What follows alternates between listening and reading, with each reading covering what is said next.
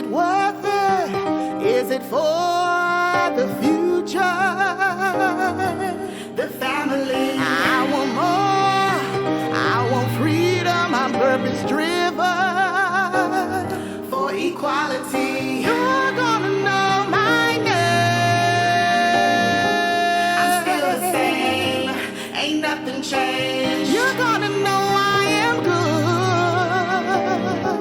good. Respect me and my legacy. And I wish you would. Google me, read my story. You're gonna know my name. Welcome to the face behind the brand.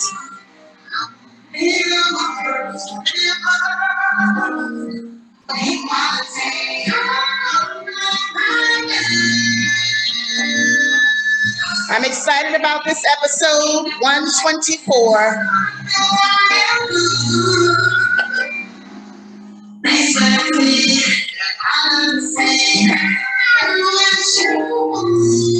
Hope everybody is good tonight. What are you doing here? At the moment, I'm having some lovely non-burnt champagne, velvet smooth caviar. Not the kind you serve like Welcome to the face behind the brand, episode 124. I am so thankful, so grateful to be here tonight. Amazing queen in the building. I am humbled to have this lyricist, this esteemed writer, content creator, director,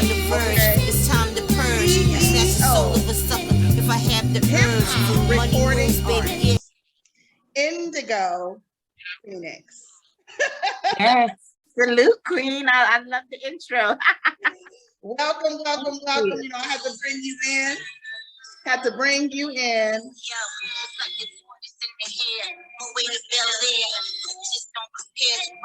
This is the Queen sound right now that everybody's vibing to. Had to bring her in right. You know how that goes.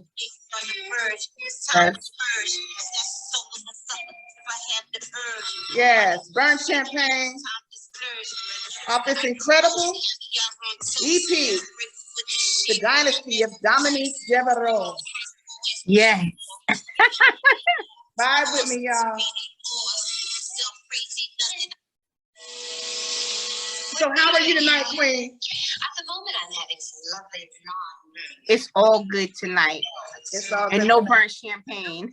No burnt champagne. Well, I'm drinking it for you at the moment. That's right. Drink up. In Diane Carroll's voice. Right. You So know, happy to have you here. Where are you? You're in the ATL, correct? I am in Atlanta now. This is home now. Okay. But you are originally from Brooklyn. in the house. Talk to me about the transition from Brooklyn to the ATL. Oh man, it was tough. It happened when I was in my late teens. So I was born and raised in New York. Yeah. And I just ran away from home for like a year. I normally visit. My mother was actually living here in Atlanta. Mm-hmm. So I would visit every summer. I didn't know even when I ran away from home, but it came time for that summertime visit. Yeah. She just made me stay. Yeah. ATL. It was like, we're not going back to New York. You think we're gonna let you go back? You ran away from home. And so that's what brought me here. So it was tough when I first got here because New York is fast paced. I was used to going and hopping on the train at 2 a.m. and going to see my friends and doing a lot of stuff, like just stuff I had no business doing. But I was, very outgoing and independent. Absolutely. And coming here, things were shutting down at like 6 and 7, and I didn't know how to get around, and my friends weren't here, and it was just really crazy transition for me. It was tough, but I finally, got used to it. I think what really straightened me up was I was just talking to Shabam Sadiq a minute ago, and I was telling him about my friends being killed. When I came 3 days after I came down here, Yeah. Somebody rode by on his bike, and he shot up a bunch of my friends, and a lot of them were killed. Oh my And God. I said that was a blessing for me not to be there in Yeah. those moments. And that definitely put a lot of stuff in perspective for me and for my life, and, you know, kind of cleaning up my act. Like, you know, that was a sign that I meant for something different. And I definitely just made sure that I cleaned up my act for the most part. My God. Well, you know, this is, of course, this is your life. This is your story. And this is the intro, of course, to the beginning, because as I move over here, and I want everybody to see this, obviously, while you're here, the EP, of course, you know, the Dynasty of Dominique Devereaux. Yes. You know, you said it just now, there's a reason why you're here. This is extremely classic to me. I think it's classic to everybody who's listening, and who, of course, gets a chance to dive into this incredible theme, this sound, this EP. Talk to me, take me to the beginning, because I mean, we're talking about 5 tracks off this EP. So this start from the beginning with the theme and everything, because I think it's a grand idea. Yo, I've always, and I realized this when I was talking to my DJ the other day, I always like watching Dynasty with my grandma. Yeah. And Dominique Devereaux, if most people don't know, was probably the first Black villainess, the first Black female mogul on television. Yeah. And that resonated with me. Like, as a young girl, that's what made me want to be into business. Like, I said when I was little, I'm going to be a businesswoman, and I'm not going to have children. I'm going to travel the world. And that was really, as I thought about it in hindsight, that was inspiration from watching Dominique Devereaux in Dynasty, because we didn't really have powerful Black women figures like that on television. And subconsciously, she stuck with me. Yeah. So recently I started seeing some sound bites. And, you know, I would chuckle because, you know, she always had the best digs and reads for Alexis, and then some of the best cat fights too. Yeah. You know, on primetime TV. You know, you got to see the slinging of the shoes and flying across the room, the slaps. Classy. Epic. So, yeah, I just started tapping into those sound bites. And what happened was, I think I had just spoke to you. Yeah. Probably that Sunday. I was like, I really need to release this other album. I was working on another album. Girl. So dude actually released some tracks for me for free. And I worked with him on some stuff. So when I saw the tracks, I was feeling really sick that day. So I didn't get a chance to really tap into all the tracks initially. So later that night, the headache just would not go away. I said, let me find something to keep my mind off of it so my anxiety don't start going crazy. Yeah. Listen to some beats. Yeah. So I kept going through them, and I'm like, oh. No, I was like, wait, 1, 2, 3, 4, 5 songs. God. His DM, I was like, bro, you want to do an EP? And he's like, sure. He's like, yo, working with you, sure, anything. Let's do it. Yeah. I said, so this is the concept. Yeah. Dominique Devereaux. And I sent him all the sound bites that I had saved. And I said, these are the names of the songs. Jesus Christ.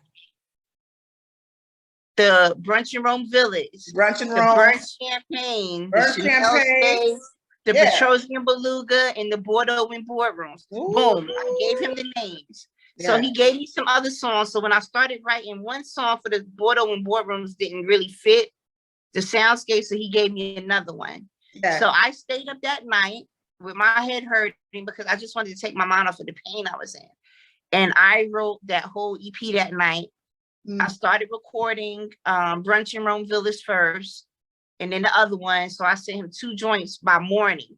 He was like, man, you still awake? I said, yeah, I just wrote the album. I said, I wrote the album last night, but I'm going to finish recording it and get it to you before the end of the day. And he was like, man, he's worked with Grammy, people that have won Grammys, all types of stuff. And he's like, I've never had anybody work like this, but I was motivated and inspired. And then I was like, the title of this is going to be The Dynasty of Dominique Devereaux. And the sound bites I'm going to use to tell the story of her like travels in Rome, you know, her little exchanges through the burnt champagne. Chanel Shades was like a representation of her success and her making it. And Petrosian Beluga was like, you know, the dig and the shot, like, I'm above that. Yes. I'm on something different. Yes. And then Bordeaux and boardrooms is takeovers, it's business, it's mogul stuff. Like I said, I'm a businesswoman. I've ran companies. I have degrees in business. So I feel like it resonated with me on a level from being a boss woman myself and having those jobs where people look at you like you the bitch because you're the boss. You are the And it was never like that because I never carried, I never took on the nuance. I don't equate boss with bitch like some people do. Yeah. I don't refer to myself as a bitch, nor do I consider female bosses bitches. I consider them bosses and moguls. Yeah. So when you refer to me as a boss, you refer to me as a mogul, keep the bitch out your mouth. But other than that, it's I'm on an interview. She's on an interview. I know I said I was on an interview. So other than that, you're gonna keep it at those nuances of being a strong Black woman, and Dominique Devereaux represented that. So I wanted all the songs to be cohesive. Yeah. Where everybody would get the full feel, even if they didn't see Dynasty. Yeah. So what was wild was I had people actually call me about the album. Yo, Queen, you killed it. Yo, this is crazy. It's crazy. Are you rapping from her viewpoint? And I said on certain songs I was and Bordeaux in boardrooms. Yeah. There was a scene that I didn't put a soundbite to on there. Yeah. But it was a scene where Dominique was engaged with the male who she had, I guess, had been involved with before. And he called himself trying to get back with her. And Dominique made it clear to him, look, I'm not interested in, she's looking for the mergers, the takeovers. She wasn't interested in that. Yeah. And he didn't bring that to the table as far as what she wanted. So that's when I said, you got to have more than material things and good looks. I was talking from Dominique's perspective. Yeah. On that note, when she shut him down, because sometimes a boss woman has to shut down situations that don't correlate with her career. And I felt like that's how she was on Dynasty. Like, you never really saw her too involved with men. Right. No. If it wasn't about the bread, she wasn't doing it. Independent and classy, clever, right. Shit talker, Yes, no, she shit talk, but she was classy. She was classy, but she had a little shit talking. And you have to know how to put that. And it's something I'm gonna circle back to what you said, because to be okay with anybody identifying you as a bitch is just it's abnormal. It is. It's not okay. It's not. It's not okay. So I love that about you. And like I said, we're going to be all over the place with this interview because you signify that in quite a few of your sounds and your songs and your lyrics. A lot of people, throw this word queen around, queen. We really know that you are a queen. Thank you. I'm saying your work ethic, you're a workhorse. And again, you are a true lyricist indeed, and you are, yes, a business owner. So talking about being a business owner, a founder of, is it Rugged Triad record label? Rugged Triad, yes. Rugged Triad. Talk to me about Rugged Triad. You have quite a few artists on Rugged Triad. I was going all into it. And let me correct me on these names if I screw up any names, because it's one was cut, so hold on. Okay. Well, you go ahead and share with me who's on the label. Yeah, I'm gonna tell you. We ain't gonna be messy and be like, not him, not you. Look, not. So I have Nivette. Thank you, Jesus. Go ahead. I have Nivette B. I have Doc Terra. Okay. I have White Al, and I have and also honorary member. I have Shabam Sadiq. Wow. Who's off? Yeah. Okay. And who's the third one there? You said, how do you pronounce it? Who? What did you say? The one before the last? Nivette D. Doc Terra Iron. Okay. But he spells it funny because he spells it like with the 9. Like 19 with the 9. Yeah. I was listening to all their music. Amazing artists. Cool as F, yeah. Yeah, he goes by, or AKA, is it Man in the Mask, right? Yeah, Man in the Mask, Dean Martian. Yeah, he has so many names. Super dope sounds, producers, Doc Terra. I mean, you got some heavy hitters on this label. Talk to me about the founding of this record label and how it came about. Okay, first and foremost, let me tell you this little tidbit. Tell it to me. Iron and I have been, Iron is from my first group back in 2007. Mm-hmm. Him and White Owl, who goes by Mr. Kingnificent on Instagram. Okay. And we were in the battle rap competition, loud.com, Steve Rifkin. And Iron was actually one of the winners and placements of the major competition. Wow. And so we kind of connected from that way. And I was selected by RZA for a competition with Wu as his top 5. Mm-hmm. So we kind of linked from there. So now I started Rugged Triad in 2020. Initially, the idea was me and 2 guys. It was supposed to initially be me and an artist named Killy Shoot, as well as Jay Hustle. Killy Shoot just out, people just, they do what they do. They disappear, they stop communicating. So, that didn't come to fruition. So I went ahead and thought about, with Jay Hustle, Jay was like, you might as well start a record label and do whatever. Yeah. Initially, we were just supposed to do the Triad as a group. But I thought, since I want to curate more and do more stuff, yeah, he's right. Let me go ahead and put together something. Let me get the logo going. Let me get the branding going, because people don't understand branding is important. Branding in business, we learn, is 95% of anything you have. Absolutely. Is your branding. You could come with some trash music. Your branding is perfect. You're going to have some fans and followers because you got a nice presentation. Yeah. But I got the logo together. So I thought of, we consider the future wave, the sea wavy. And I thought about Poseidon. So I thought about Poseidon and the trident as being a symbol of power. I love that. Yeah. 3. And then I thought about, at the time it was Egyptian gods, because I had an album called Wake the Gods I was starting to work on. Mm-hmm. And a group of 3 gods is considered a triad.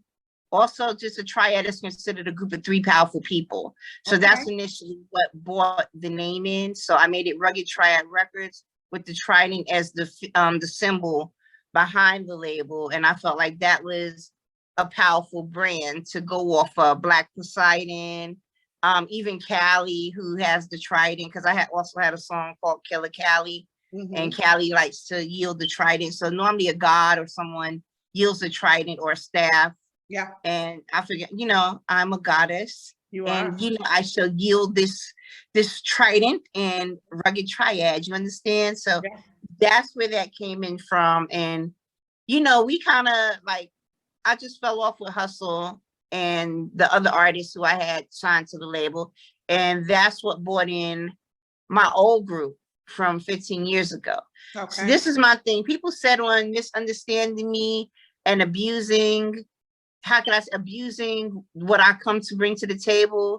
I withdraw myself from that and I deny the access and just let people go do what they want to do. Yeah. And I've been knowing these guys 15 years and in touch with them 15 years. And our group broke up amicably. We never had an issue. I don't have issues with people because I'm an adult.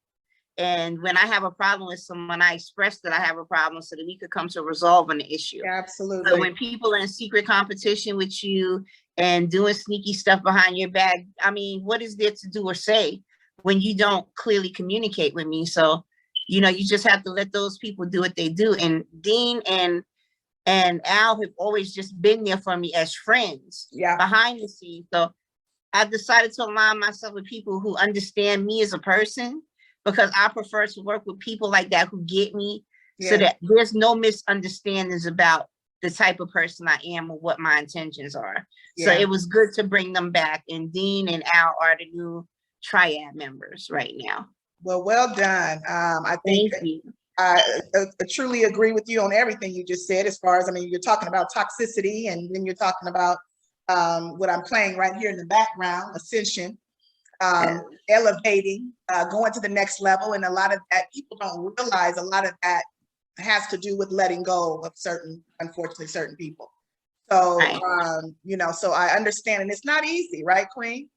It's not. I'm telling you, I've cried many a days because, people like to act like they're so hard and they don't have feelings. I have feelings regardless of how hard I am, because when there's people who I invest and put my trust in and put my effort behind, I expect loyalty. Yeah. And so far I've gotten a lot of disloyalty from people who I've helped elevate and champion behind.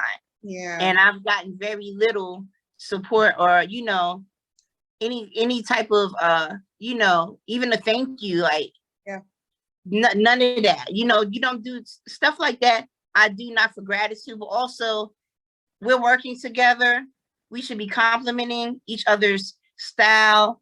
We should be championing behind each other's works. And I felt like I was doing all of it and not really getting back anything but secret animosity and secret competition. And that's the jacked up thing when you working and you really thinking you working with people and you going somewhere with them and they have these feelings towards you that they're not even expressing to you, to your face when they're asked, is there a problem? Yeah, yeah. Well, again, congratulations to you. I'm gonna do like my mama does, because you know, I know you're an Aquarian.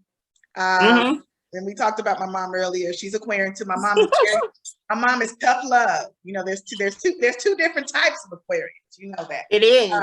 My mom is very tough love, and she's definitely what you just spoke about. She's like, I'm like, stay out of the trash can, keep going. You know what I'm saying? Right.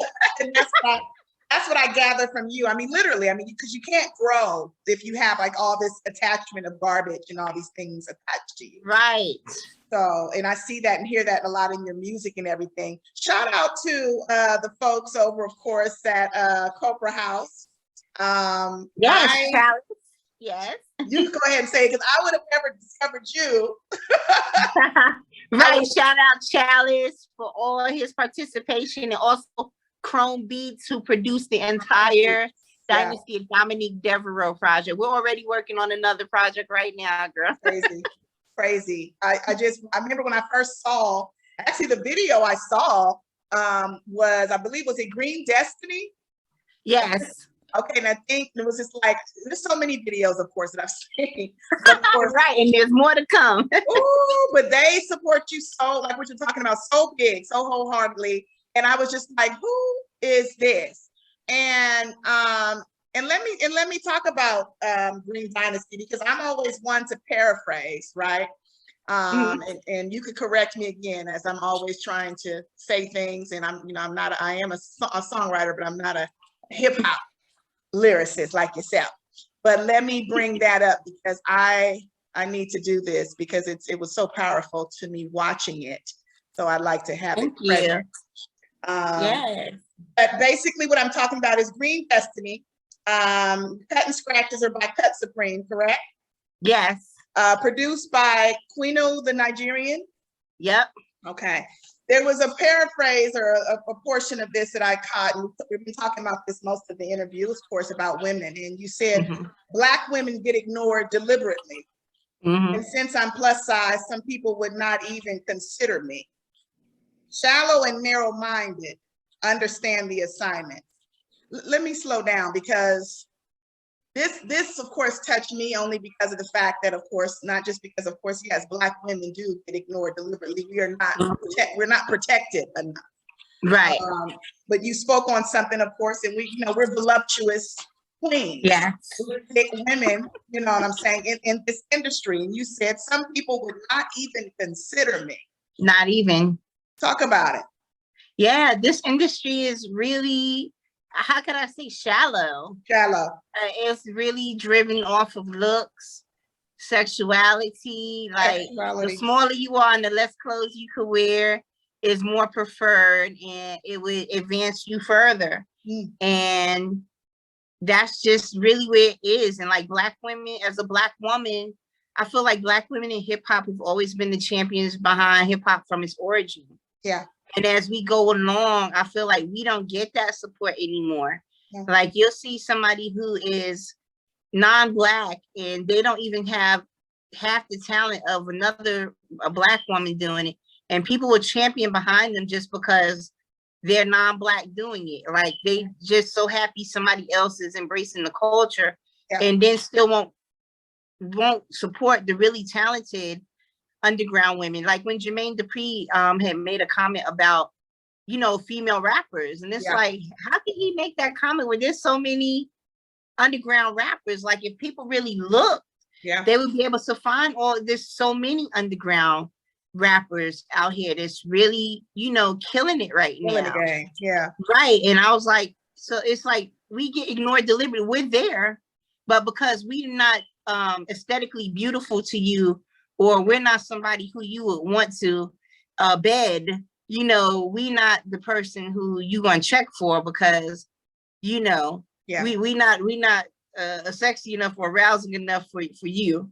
Yeah. It has nothing to do with the music. It always has something to do with the looks or the aesthetics of how you look. And I agree again. But you do know, of course, the ones who, of course, are the most talented, and of course, obviously, in your situation, who lyrical genius, you will obviously outlive and outlast the one that, of course, they continue to give it to. Should I say? Because a lot of times they build up that person and they can't continue it on because it's not them in the first place. You know, right? So, and it is the facades, the people who you're creating. How could I say, these cookie cutter Stepford rap images, Stepford rappers. Ooh. And you're making rap bitches out of what you want them to be. Yeah. You going to the strip club and finding strippers and putting them to rap. And then there's a woman who's rapping, who's a single mom who really struggling, trying to get some bread and get acknowledged, and you won't give her the time of day because visually she's not pretty enough for you to be rapping. So you overlook her talent because, you know, you don't want to fuck her. So you're not going to put her on. Ooh. Or doesn't have the, you know, she has the look but not the heart. So they right. Or she has the heart, not the look. She ain't got, she can spit, but she, you know, she ain't going, they always looking at you as a packaging deal. Yeah. Like I said, branding, she not going to go nowhere because she don't have the look. My God. You know, and talk to me a little bit about underground. I was talking to somebody the other day, and it was interesting because one of the comments he made was that he doesn't listen to underground hip hop. And so I said, well, you know, everybody most of the people who are out now were once underground hip hop. A lot of them are commercial and just didn't get pulled from a hat. Many artists are underground first, you know, so I went into the whole conversation, of course, of the 4 elements of hip hop, and you just talked about it. You know, the DJing, the MCing, if you will, knowing where it comes from, the break dancing. All of this is hip hop. This is the culture. Am I right? You're right, and I'm just flabbergasted that he said he don't listen to the underground. Like most of this, I don't listen to mainstream. Right. You feel me? So maybe I could relate. I don't listen to mainstream. It's a bunch of wacky stuff going on. But you have to, I feel those be the people who always saying there's no good music out though. Yeah. Yeah. And then it'd be so many dope underground artists. Like we're in there by the thousands at this point with the underground. Because I feel like since COVID, at least 200 to 300 more artists done came out the woodworks. Thank you. Since COVID, because everybody just had downtime at home doing whatever. Yeah. And it's just so many talented people. I feel like the underground in itself is a whole different arena. Absolutely. A lot of people in mainstream would not acknowledge us because we are in a different bracket and arena. Most underground people are their own boss, like me, have their own label, their own artist, their own thing. I don't answer to nobody else. I don't have no big budget for what I do. You know, I'm not at the beck and call of the whim of somebody whose label I'm under, and it's different. You know, that bag must be nice, you know, but at some point it's still about the quality of the music that's important to me, maintaining integrity in what I believe in, and rapping about things that resonate with me, not just trying to impress or put out content to please a label. So I feel like underground artists have more freedom than mainstream artists do to create and put out stuff. And I feel like that's why a lot of the music in the underground is actually way better than a lot of mainstream music, because we're able to speak freely without, how can I say, the conforming to what the agenda or the narrative that your label wants to push for our people. Because there's an agenda, I feel, with big record companies. Yeah. They like Negroes to push drug culture. You know, they sit back and think, how could we though they love this music and they would follow this person. So I feel like it's really somewhat some music that's mainstream is set to our demise and people don't realize. Well, what are your thoughts though? Because see, now they're getting arrested though for I mean, girl, and this is the thing. If you're gonna do it, shut up. That's what I'm gonna say. When you and I just said this. I was a Diamond D's listening party yesterday. I saw that. And we had this discussion. Ooh. And I said they're going to stop rapping about drug culture. They talking this mess about Kendrick and his positive lyrics, but they're going to stop rapping about this drug culture once somebody gets indicted on these RICO charges. Those lyrics are going to change. There's not going to be no gang, drug culture talk. Those bricks that they talking about not going to be mentioned anymore. Once they realize that the feds are watching your ass and they're going to lock you up, even based on the fairy tale lies you telling, they're going to come get you just because you're lying about it. Yeah. So stop lying. Because why are you rapping and telling people where somebody is hidden? Their body is hidden under the, I mean, just crazy. You know, and then sometimes I have to say this to the feds. Some of these motherfuckers be lying. Stop wasting y'all time with shit like this and go find somebody else to mess with. They just be lying. They be telling the story. They're entertainers. They entertaining. They spitting what they think people want to hear. Yeah. You go over there and find a flower bed of roses with nobody up underneath it. They just talking shit. Leave them people alone and go focus on some other corporate espionage or some crazy shit. Go get Flint some clean water. Like there's other shit to be focused on besides these rappers talking these crazy things and lyrics, because a lot of them be embellishing on the things that they do, things they have, things they've done, things they still doing. And I don't believe 95% of it. Okay. I was just gonna say that. I say a lot, you know, it's an illusion, especially on social media. I mean, me coming back to social media, it's been now 2.5 years. But I was off of social media for like almost 5 years. Wow. Just because of it, because it was like, so it just was like, I think sometimes, even though as classy as I am, I want to say what I want to say. And I know it's not always appropriate, you know, so it's just like, I can't watch this unrealness just unfold. Like these people really diving into it, believing it, you know? So, yeah, I kind of pick and choose. I try to. Right, social media likes to muffle you. Freedom of speech, like.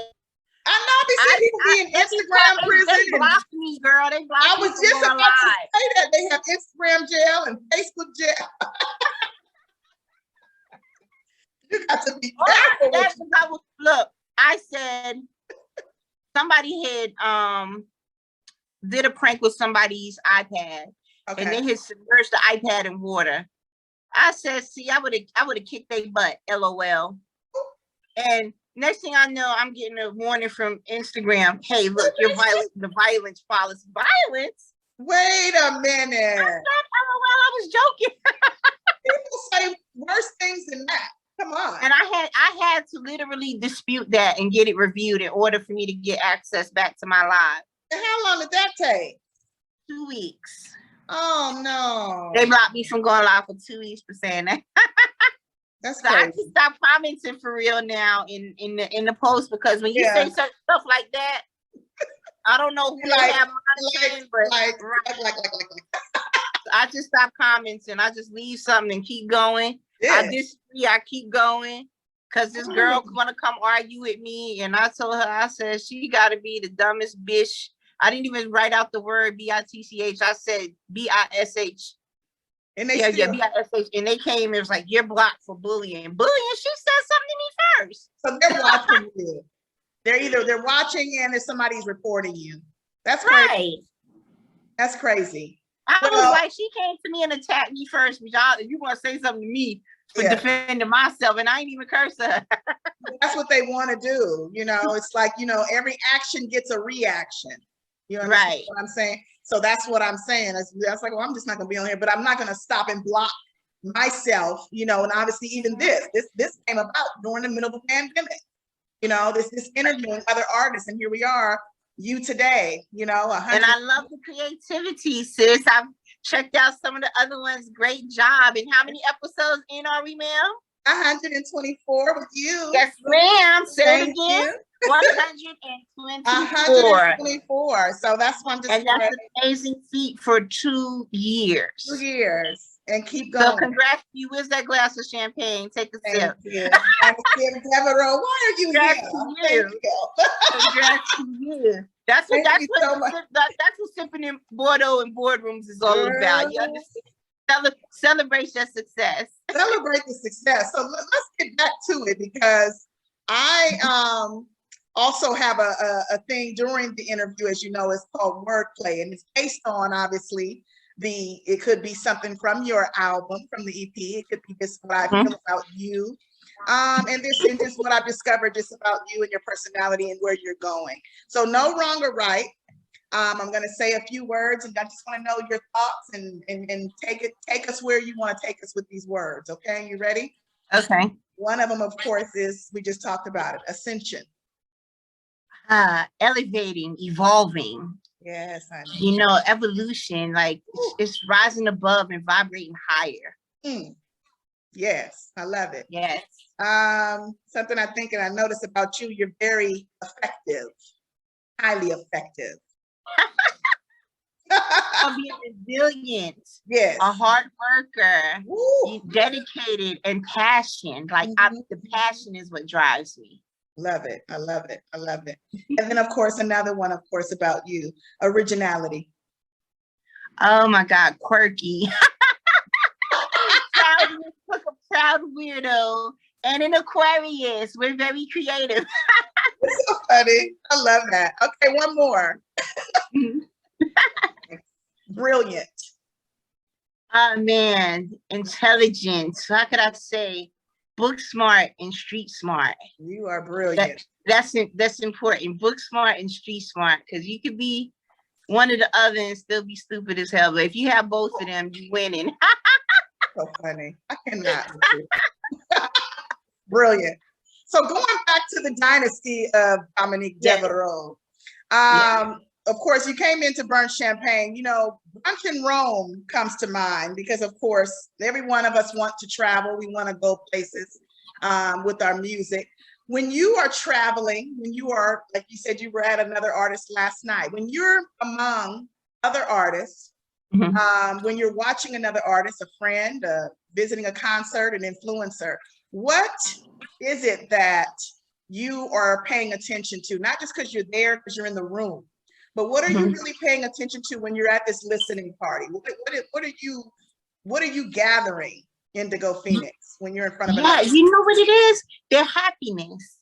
I think for the most part, you know, Diamond is a homie of mine. He's cool. And I saw the joy in his face, the smile on his face from us enjoying what I know he worked really hard on. Yeah. And I heard the passion, and it sounded like Diamond D from when he started. Right now, he's this easily album of the year. It's the eloquence, it was effortless, it was flawless, and that made me, it inspired me. I literally said in the middle of the thing, I said, damn it, I'm about to go throw away my rhyme book and start over. Yeah, like, I need motivate you and fix my shit to be this eloquent and this dope and this effortless. And watching him like that in his element and happy, it made me happy. I was happy to be there to celebrate, to see it come to fruition. And I know how it feels as an artist to see other people enjoy your artistry. And I was truly enjoying it and enjoying the smile that I saw from him. I see enjoying that. Us enjoying it. And it was dope. I mean, you artists, 2 minutes that I watched. I mean, dope sound. I don't know what song that was y'all was playing, but I mean, just crazy sound. Crazy. Everything was crazy, child. I was sweaty Betty up in there. I was up off my feet and I was going, and I was just so impressed by the level of excellence, the features, the beats, the rhymes that he had was like just top notch, top tier, and it shows why he's a living legend and an icon in this game. And anytime I'm at a listening party, and it could be a novice artist, I still draw from that. I'm listening for the beats. I'm looking at the passion. I'm looking at the effort that they put into it. And those are the things that inspire me. When I see people do well, I'm inspired. I'm not jealous. I'm inspired because I need to tighten my shit up and excel for excellence as well. And that's what drives me when I see people doing well and moving in their craft and loving it. Man, when we finish this and tomorrow, I'm gonna be back in the zone again this week, probably bang out another EP because I'm truly inspired. I get inspired when I see people do well, and listening parties are like probably one of the most fun experiences I have of the year, because I know we beat ourselves up as artists, we're our biggest critics. When we're creating, we chuck this, we throw that away, we ball that up. We wonder if people will accept it, if people will like it. And to hear somebody put something together so eloquent, flawless, and just powerful, you're happy for them. And you're like, I need to boost my game up and make sure that I'm delivering like that. And I'm actually super proud of my album. I did a little listening for mine as well. And I'm proud to get the response from people. And it just makes you feel good when it resonates with people, what you put out and what you worked on. It's like cooking up a meal and serving it, and everybody is just like devouring and enjoying that meal, and there's not a crumb left on the plate. You know you did your job. You did your job, honey, with this one. Did your job. That's all I want to see. There's not one skipper. You hear me? Not one. There was nothing to skip. Right. When people there. Right. Right. And I made sure that when I listen to my project, there should be no skip factor here. Like nobody should want to glide over one song. I love it. I love it.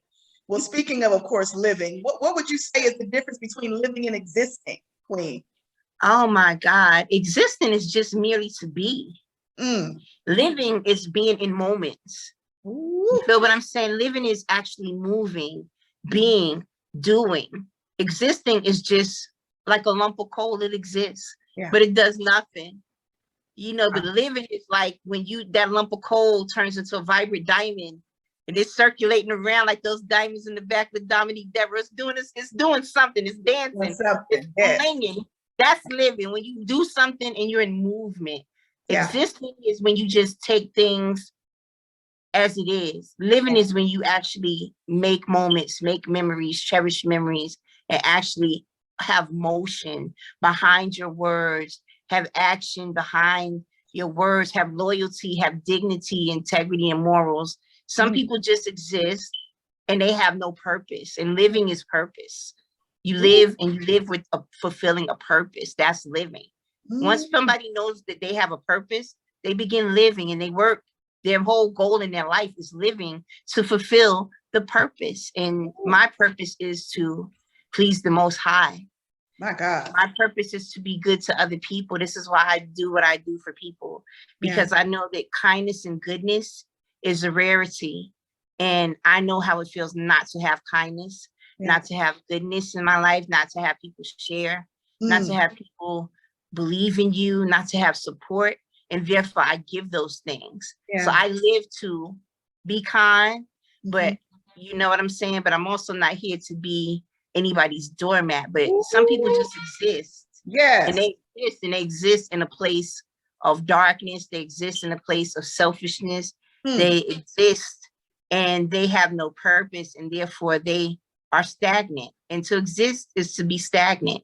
To live is to be in motion, and is to like persevere when you live in, because at least you're trying. Even if you're failing, you're trying. Get back up and try again. At least you're trying. There's people who don't try. You know? Yeah, absolutely. Well, you definitely have an aura about yourself, and it's invaluable, as one should recognize, and it comes obviously from inner peace. You could see it in your direction. You are a director. Talk about it. You are a screenwriter. So tell us a little bit about that background. Oh man, when my mom passed 11 years ago, I was kind of into screenwriting before she passed, and she always told me to just really go for what I wanted to do. So I went ahead and did the LLC for my film company, Red Carpet Society. Wow. At the time I was managing Jazzo, so I aligned with some people. I actually met the person who got me into film when I was taking Jazz to a magazine photo shoot. And that's how I got into the film thing. So pretty much like me, they began to share their resources, introduced me to some people, sent scripts to me to get other people in scripts. And when I saw the script layout and the script and the business plan, and I know that I can do business plans, I was like, this seems perfect. And I love films. I love writing. I love watching films. I wonder if I can do this. And I actually applied myself. He got somebody to write one film for me, which was called Dark Faith. And actually, Eamon Joseph, who plays Jerome in Snowfall, I sent that to him. He gave me an option agreement for that film. Like if he wanted to get it, that he would have the option to produce that film. And so that was, you know, at that time, he was still a new actor back then. So it was good to align with him. So I just went ahead and started the company. I read the script that the person sent me, and then I started following the format. I got the writing software. Wow. Just like the guy who did the Black Panther, I got the writing software, and I began to start writing. Incredible. And somebody asked me to write a short film for them, and I wrote Toxic Behaviors. At first, it was actually called The Temptress, and then we changed it to Toxic Behaviors. And I wrote that thing so long ago. That's probably one of the first, that's actually not even probably, it's one of the first short films I ever wrote. Wow. And Antoine made it into a film. And he made it into a film, what, maybe a couple of years ago around the pandemic time. It's done well. People want a sequel, but he decided he's going to write the sequel. But that film did well. It got over 200,000 views within 2 months with good reviews. Well done. Right. So I've been proud. So I started writing, teaching myself how to write. Then I have people like Alan Noel Vega, who's done work with Jackie Chan, Oliver Stone. He's actually stunt coordinator for them. He's also the stunt coordinator on the Call of Duty games. Like he's the one who coordinates all the stunts on those games. Right. So he helped me out. He gave me his business plan model to follow off of. Showed me how to do film budgets. So I've had a lot of people who are really grounded in the industry help me out and teach me, as well as Julia Pierpont. She bought me a one of my first overseas films that has Sammo Hung, which is Jackie Chan's cousin, for the martial arts film. Incredible. And so from that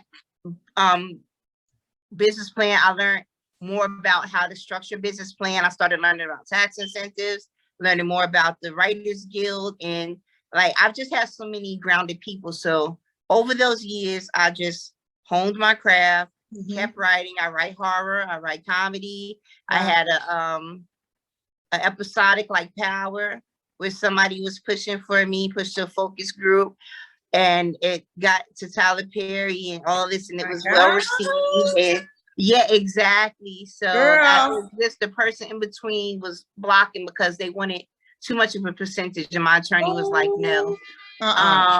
But yeah, but I've just stayed true to that craft. I've been asked to do, I've written a sequel to Scarface, sequel to House. I've done a lot of writing to stuff that they didn't take or do, but the writing, because they couldn't get the funding the way they needed to get the funding for certain things for that one, because that one was supposed to be like really dope. One of the actors from Power, Vinicius Machado, approached me to do the one for this the sequel to Scarface, which was actually pretty dope. I'm still talking about pitching that, or just changing some of the elements around and putting that out maybe in a book. And I'm thinking about taking a lot of my writing and do it in a book form. And then I'm the director of African American Women in Cinema. I saw Tara Renee online, who's the founder, and she's in New York. My goodness. And just told her, hey, you need an Atlanta chapter.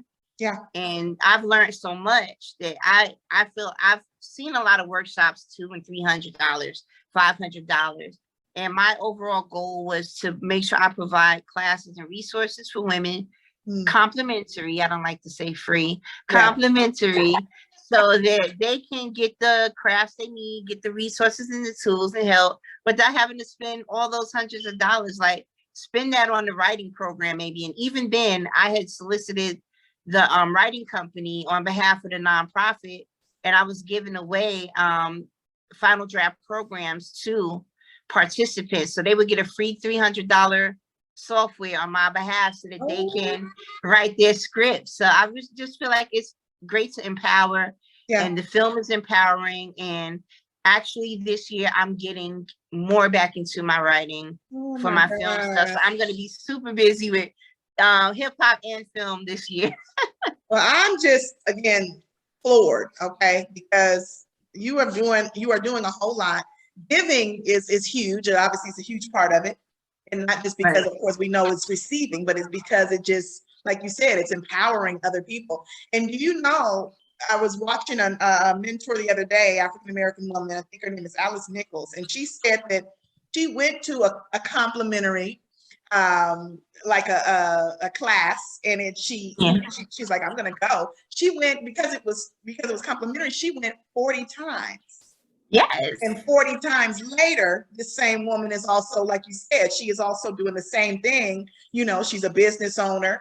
You know what I'm saying? She is a nonprofit business owner. I mean, she's doing so much for other people because she went and saw one person that was doing it and giving back information. Right. When you're sharing information, and not getting upset when somebody is blossoming, even if they surpass you. I mean, this woman, right? I said 40 times. You know, it's kind of like reading the same book over and over, right? And getting something different from it each time. You know, It is. So, I mean, how many times? Let's not lie. How many times have we watched Good Times, Jefferson, Sanford and Son, and we laugh like it's the first time we ever saw that episode? Find something different to laugh about, whatever it was. But it's crazy because it made me think it's like it's okay to go to something over and over. And if you see me again, it's networking at that point. But it's just the whole point. What are you getting from it each time? You know, take notes. And sometimes it's retaining of the information because it is a lot to digest. It's People think film writing is easy. It's not easy. It's not. And see, I also do classes, and sometimes each class might be something different. Like one time I'm talking about character development. Yes. My next class, I'm talking about how to pitch your film. Other classes I might be talking about, you know, how to write your film business plan. Or now we want to break down different genres. Tips for writing a horror, tips for writing a comedy. So there could be multiple reasons for the classes because it's so much to do. And it's also the writing part. The writing part is the hardest because it's not like writing a book where you just sit and write. You literally have to put all these little captions and make sure that you're at proper markers for the character, the time of day, the action scene, and when you're doing, oh my God, I have so much respect for people who do those dream sequence and take you back in time and move you back. Yeah. Because when you're writing a script and you're writing that, oh my God, it's a headache. You be like, how do I move them back in time, but right that I'm bringing them to the future? Like, it's tedious. But when you're watching the film, you don't think about that. But when you're a film writer, there's so many nuances behind it. Retaining it, you have to go over and over until you finally say, Eureka, I got it. Yeah, you got it. Well, you got it and you're giving it. And I want to, touch on, infinite wealth, of course, with you because it comes from within. And you are definitely providing infinite wealth. You're providing it to me right now. You're providing it to the game, to the culture, to the people around you. So if you could share one last gem with the people, of course, who want to do exactly what you're doing, a female hip hop artist, per se, a screenwriter in the making, because you're dealing with a lot. And, and I say this because mental health awareness comes to mind too. We deal with a lot in this industry. So what would you share with a person to be able to keep going, to stay strong, to not look back, to not deal with the haters, to not... That's a lot. That's a lot. What I have to say is you have to, and I say this in all my raps, you have to have a certain thick skin. Yeah. You have to focus on yourself. Keep your thick skin. You can't look for other people to validate you, is what I'm saying. A lot of people look for validation from other people. You do what comes organically to you, and you'll always win. Don't try to create what people want. You know what I'm saying? You create what it resonates with you, and those who are meant to will gravitate towards it. But you don't try to create to fit in any type of boxes. And, you know, being Aquarius, I'm very quirky. I don't like boxes. And if I have a box, I'm going to paint it like a Picasso on the outside. Like you know, it's going to be the cutest box, but you're not going to keep me in just anything, you know. It's don't put your craft or yourself in anybody's hands to validate who you are as a woman. Amen. First and foremost, always maintain your respect, integrity, morals, and loyalty. And as a problem resolution thing, when there is a problem, you are an adult, and someone is to come to speak to you with the issue, or you have an issue, you speak to each other with respect. Yes. Sort out, this is the situation, and you try to come to a resolve. No subliminals, no backhanded posts, no crazy nonsense. You talk to each other with respect. You're either going to work it out or walk away. But at least you handle yourself with integrity in a respectful, classy way, like my lady back there, Dominique. The shade be real, but at least be upfront and candid. Yes, the shade queen, the shade be real, but be candid and vocal about you, and make sure that you are respected. Yes. Above all, because people will try to step on you. And you don't have to portray yourself as a bitch to be respected. I carry myself in a manner where I carry myself with class. I do not refer to myself as a bitch. I don't care who thinks I'm one. I'm just know what I want. I'm gonna move how I want. I'm self-sufficient in that capacity. Yeah. And like I said, some people hate, you know, head of the table, they hate to see it. I'm at the head of the table, and I don't care who hate to see it. Make sure you are living in your moment, and don't let people try to shrink you. People will try to shrink you when you're a woman in this industry, because you know it's too mannish, you're too. What makes me being strong, bold, powerful, knowing what I want, self-sufficient, a bitch? It's your insecurities. Let people deal with their insecurities, and you deal with your greatness. That's what I have to say. And it's and to add to that, because it's not, you're not a bitch, you're a queen. Okay, so you know, to a person that really knows what that is, that is what a queen is. I mean, look at it. Take an example of this woman. Well, who is the queen? What is her name? The queen of. What's her name? Is it Queen Elizabeth? Yeah, it is. I mean, that's funny because, you know, her birthday is a day after mine, so it gives me an example of how long I'm gonna be here. The woman is nearly 100. Okay, this is the whole point. She seems to be very quiet, but she's not. You know? Right. You know, right. You know, she be back there popping mad. She is running the show. You know, I mean, you know, it's a house behind her with policy and all that stuff, but it's just the whole point. She's a boss, you know, right? And so to recognize that is what has to be recognized. And like you said, if a person doesn't recognize it, then oh well, you know. Like, oh well. Yeah, it's oh well. So Indigo Phoenyx, Queen, Dynasty of Devereaux. Okay. EP is available now exclusively on BandCamp. When will it be available on all platforms? Are we giving a date on that? I'm going to release it on all platforms in probably a couple of weeks from now. Okay. Because the producer asked that too. He's like, "Are we doing this?" I said, "Yeah, you know what?" And I'll say it again. I'm an avid believer. Get my exclusivity off of BandCamp, and then we run it from there.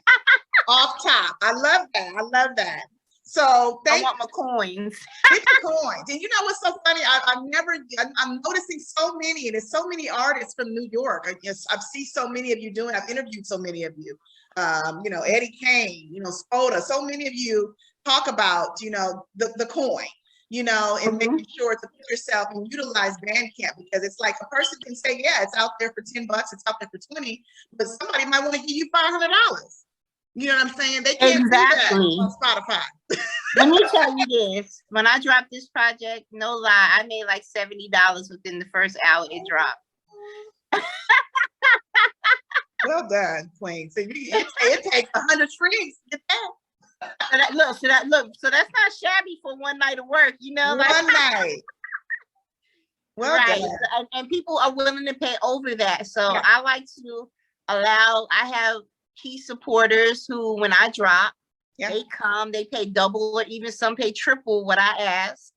and that's beneficial. And what I'm going to do is reinvest that back into physicals and make sure that we have some pretty physicals of this project. So that's what I'm looking forward to this year, is more physicals of the projects, and then letting people get it on all streaming platforms so everybody worldwide could get to check it out.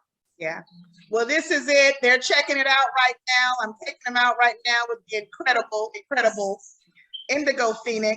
And you pronounce this this track I'm playing now, because I don't want to mess up words. I just feel like I always kind of demolish the words and everything. Petrosium beluga.